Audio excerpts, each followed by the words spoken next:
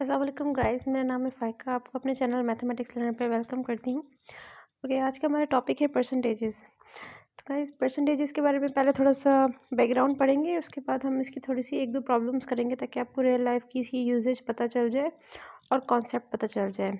तो हम इसकी डेफ़िनिशन से स्टार्ट करते हैं, परसेंटेजेस होता क्या है? तो गाइस, परसेंटेजेस में आप देख लें, ये इसमें 2-3 वर्ड्स हैं, मैं आपको दिखा देती हूँ।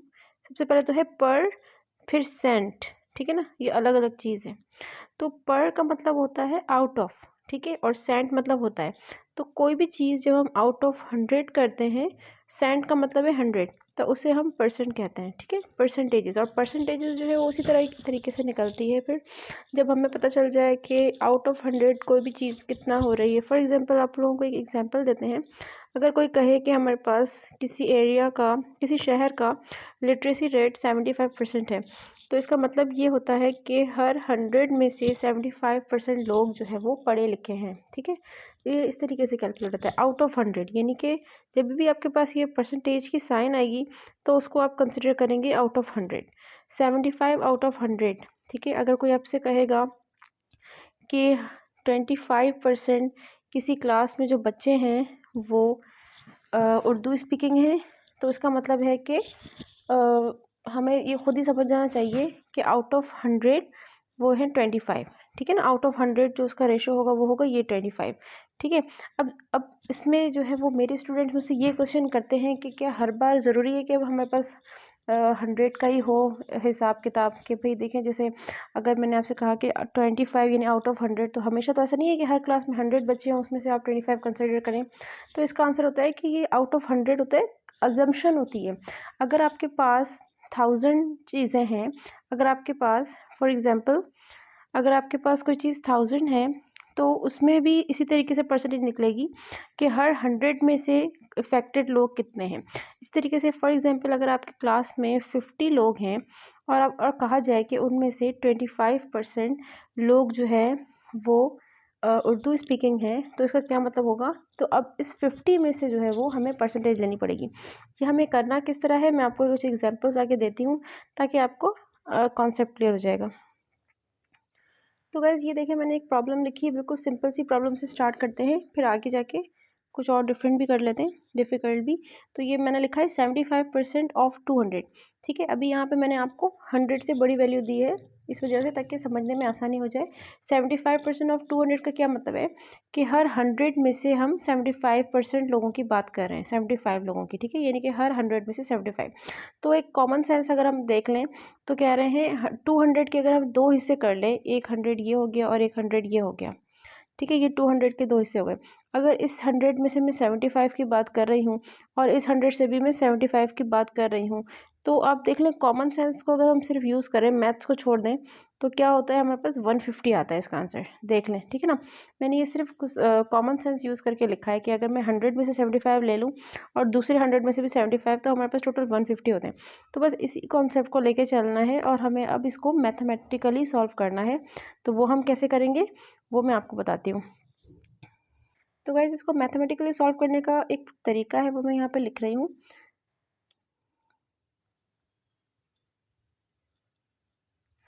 ये देख लें, ये इसको मैथमेटिकली लिखने का तरीका है।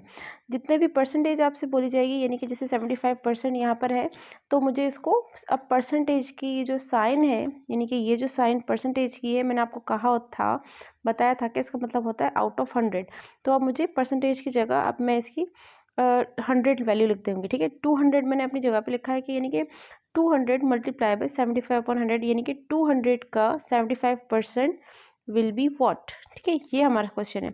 तो हमें करना किस तरीके से है कि आप देख लें, 100 डिवाइड हो जाएगा, सॉरी 200 डिवाइड हो जाएगा 100 से, और 75 जो है वो 200 से सॉरी 2 से मल्टीप्लाई हो जाएगा, हमारे पास आंसर आ जाएगा 150, ठीक है? एक तो ये इसका तरीका है करने का कि इसका आंसर आपके पास 150 आ गया। अभी आप देख लें, दूसरा मैंने आपको तरीका बताया था, उसकी हेल्प से हमने क्या किया था, सिंपल तरीका यूज़ किया था, उसमें हमने मैथमेटिक्स नहीं लगाई थी, जिसमें हमने कॉमन सेंस यूज़ किया था कि 75 प्लस 75 150 हो रहा था। यहाँ पे हमने मैथमेटिक्स यूज़ किए और तभी भी हमारे पास आंसर 150 ही आया है। तो ये मैंने आपको उसके 2 तरीके बता दिए, लेकिन आमतौर पर जब हम परसेंटेजेस सॉल्व करते हैं तो हम यही तरीका जो कि मैंने अभी अपने वाइट बोर्ड पे लिखा हुआ है, हम यही तरीका यूज़ करते हैं क्योंकि ये किसी भी किस्म की प्रॉब्लम के लिए अप्लाई हो सकता है, वेदर और नॉट कि आप वो 100 से बड़ी वैल्यू है या 100 से छोटी वैल्यू है।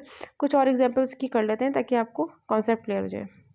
ठीक है गाइज़, अब ये देख लें, यहाँ पे मैंने एक वैल्यू जो ली है 25% ऑफ 50, यहाँ पे मैंने 100 से छोटी वैल्यू ली आप लोगों को समझाने के लिए। ठीक है, ये वही बात है जैसे कि मैंने आपसे पहले कहा था कि मेरे स्टूडेंट्स यही बात करते हैं कि 100 से ज़्यादा की वैल्यू के तो बारे में समझ में आ गया कि ठीक है हर 100 में से 75 के साथ ये कंडीशन है, लेकिन अगर उससे छोटी वैल्यू हो जाएगी जैसे कि यहाँ पे है 50, तो फिर हम क्या करेंगे? हम परसेंटेज का तो मतलब यही है ना कि देखिए 25% ऑफ 50, 25% का तो मतलब यही है ना कि 25 आउट ऑफ 100।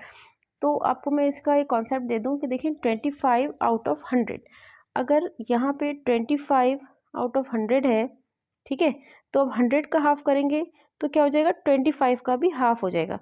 यानी कि मैं ऐसे भी तो लिख सकती हूँ कि 50 और अब 25 का भी हाफ हो जाएगा, यानी कि 12.5। ठीक है ना? तो मैंने क्या किया है कि अब मैं 100 के ऊपर डिस्कशन कर रही थी तो 25 था, तो अब मैं जब 100 के हाफ यानी कि 50 के ऊपर डिस्कशन करूँगी तो कॉमन सेंस कह रहा है कि 25 का भी हाफ हो जाएगा, यानी कि 12.5 हो जाएगा। ये मैंने आपको प्रॉब्लम बताई है कॉमन सेंस की मदद से करने की। अब हम इसी प्रॉब्लम को मैथमेटिकली सॉल्व करके देखते हैं कि क्या हमारे पास 12.5 आंसर आ रहा है या नहीं।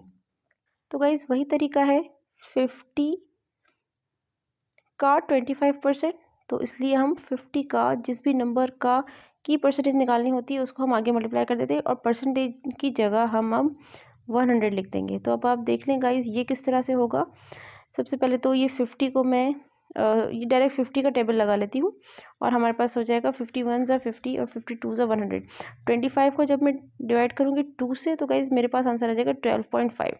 अब ये देख लें, मैंने मैथमेटिकली भी वही क्वेश्चन आपको सॉल्व करके दिखाया है जो कि अभी हम थोड़ी देर पहले कर रहे थे, लेकिन वो हमने कॉमन सेंस की मदद से किया था। तो गाइज बेसिकली मैथ जो है ना वो कॉमन सेंस ही है, लेकिन हम कॉमन सेंस बहुत ज़्यादा जो है ना वो बड़ी वैल्यूज़ के लिए थोड़ा मुश्किल से अप्लाई कर सकते हैं। इसी वजह से हम लोग ये सब ट्रिक्स और टिप्स जो है वो सीखते हैं ताकि हम किसी भी नंबर की जो है वो मालूम कर सकें वर्थ या आंसर। ठीक है ना?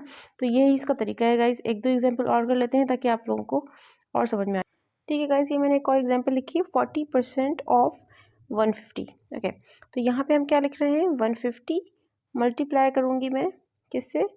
मैंने आपको बताया था परसेंटेज हम आगे मल्टीप्लाई करते हैं 40 और इसके नीचे परसेंटेज की जगह हम लिख देंगे 100। तो गाइज ऐसे क्वेश्चन के लिए मैं अपने स्टूडेंट्स को टिप देती हूँ कि सॉल्यूशन का तरीका क्या होता है कि एक ज़ीरो नीचे और एक ज़ीरो ऊपर काटते जाएं, एक ज़ीरो नीचे एक ज़ीरो ऊपर, आखिर में जो बचेगा उसे मल्टीप्लाई करते हैं। ठीक है, तो 15 4 हमारे पास आता है 60। तो गाइज इसका मतलब है कि 150 का जो 40% होता है वो हमारे पास होता है गाइज 60। ठीक है, तो ये इसका आंसर है। ये हमने इसी तरह सॉल्व किया है मैथमेटिकली। अभी मैंने आपको कॉमन तरीके यानी कॉमन सेंस की मदद से भी सॉल्व करना बताया था, लेकिन अब हम मैथमेटिकली ही करेंगे क्योंकि ऑफ कोर्स हम मैथ्स पढ़ रहे हैं तो हमें मैथमेटिकली हर चीज़ की सॉल्यूशन आनी चाहिए।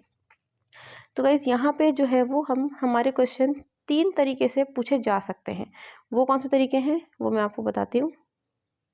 गाइज़ मेरी इस स्लाइड को बहुत गौर से समझिएगा ताकि आपको समझ में आ जाएगा। देखिए गाइज़ इसमें मैंने ये 4 अलग अलग कलर के मार्कर से जो है वो आपको लिख के समझाया हुआ है। अब सबसे पहले तो ये समझ लें, जो ये मैंने ब्लैक में लिखा हुआ है ये तो फिक्स है, यानी मल्टीप्लाई की साइन, डिवाइड की साइन, 100 और इक्वल टू की साइन, ये तो फिक्स है। ठीक है, इसको हमें कुछ नहीं करना है, ये हमें यहीं लगाना होता है चाहे हमारे कोई भी चीज़ अननोन हो। ओके, 150 के हिसाब से मैं आपको समझा रही हूँ, तो आप ये समझें। अभी हम 150 को देख रहे हैं। अब हम देखें, ये सवाल 3 तरीक़ों से आ सकता है। पहला तरीका, 150 का कितना परसेंट 60 है, यहाँ पे हमें 40 मालूम करना होगा। ठीक है, ये दूसरा तरीका आपको मैं बता देती हूँ। दूसरा सवाल ये हो सकता है कि किस नंबर का 40% 60 है। ठीक है गाइस, और तीसरा सवाल हो सकता है कि 150 का 40% क्या है। तो मैंने आपको एक ही क्वेश्चन 3 अलग अलग तरीक़ों से बता दिया है कि पूछे जा सकता है।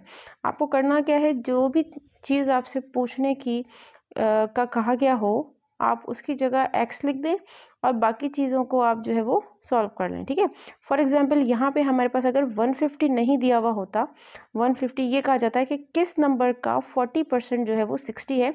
तो देखते हैं हम ये प्रॉब्लम किस तरह सॉल्व कर सकते हैं। ये देखें गाइस, अब ये मैंने x लिख दिया है 150 की जगह, क्योंकि मैं आपसे ये कह रही हूँ कि मैं दूसरे तरीके से प्रॉब्लम सॉल्व कर रही हूँ जहाँ पे मुझे ये नहीं पता कि किस नंबर का 40% 60 है।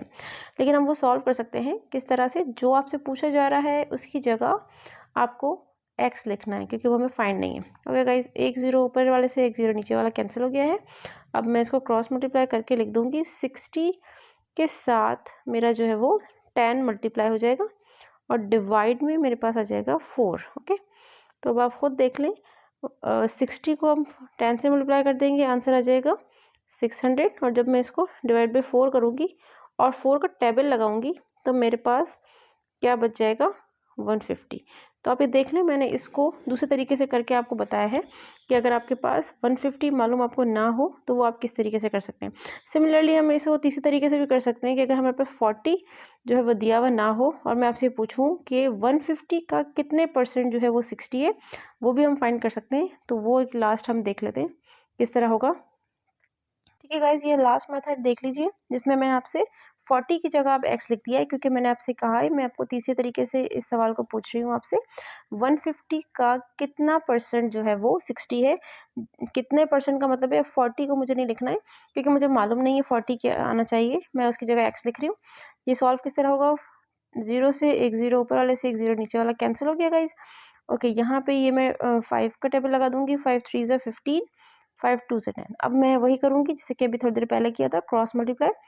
x इज इक्वल्स टू 60 के साथ 2 मल्टीप्लाई हो जाएगा और उसके नीचे 3 डिवाइड हो जाएगा। तो गाइस सबसे पहले हम डिवाइड कर लेते हैं, 3 1 ज़ा 3 और 20 ऊपर आ जाएगा और 20 मल्टीप्लाई बाई 2 आप करेंगे तो आपके पास आंसर आ जाएगा 40। आप देख लें गाइस, हम लोग इस सवाल चाहे जिस तरीके से भी पूछें, आंसर हमारे पास कैलकुलेटेबल है। ठीक है, तो यहाँ पे हमारे पास 40 आंसर आ रहा है, क्योंकि मैंने आपसे यही कहा था कि हमें अभी हम 2-3 दफ़ा से यही प्रॉब्लम कर रहे हैं कि 150 का कितने परसेंट जो है वो 60 हमें हमने बताया था 40% है। तो देखिए गाइज, ये मैंने आपको सवाल तीनों तरीके से करके दिखा दिया। अगर आपकी कोई प्रॉब्लम है, कोई और क्यूरी है इसी से रिलेटेड, तो काइंडली कमेंट में मुझे बताइएगा। इंशाल्लाह हम नेक्स्ट वीडियो के साथ जल्दी हाजिर होंगे। अपना ख्याल रखिएगा। अल्लाह हाफिज़।